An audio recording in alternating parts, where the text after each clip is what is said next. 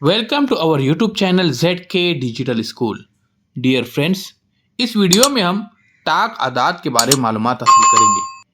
Video को complete देखिए और चैनल को सब्सक्राइब कीजिए। आइए दोस्तों, सबसे पहले इसकी तारीफ देखते हैं।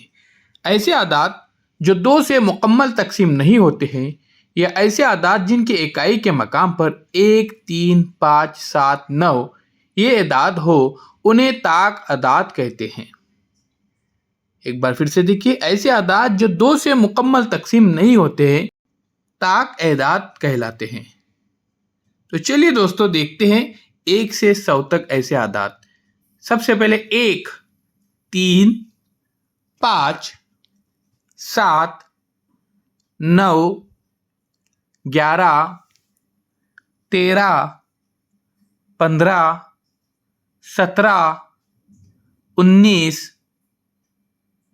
21, 23, 25, 27, 29, 31, 33, 35, 37, 39, 41, 43, 45, 47, 49, 51, 53, 55, 57, 59, 61, 63, 65, 67, 69, 71, 73, 75, 77, 79, 81, 83, 85, 87,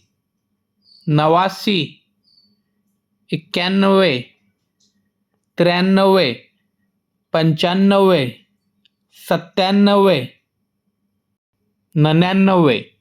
दोस्तों, ये थे ताक एदाद।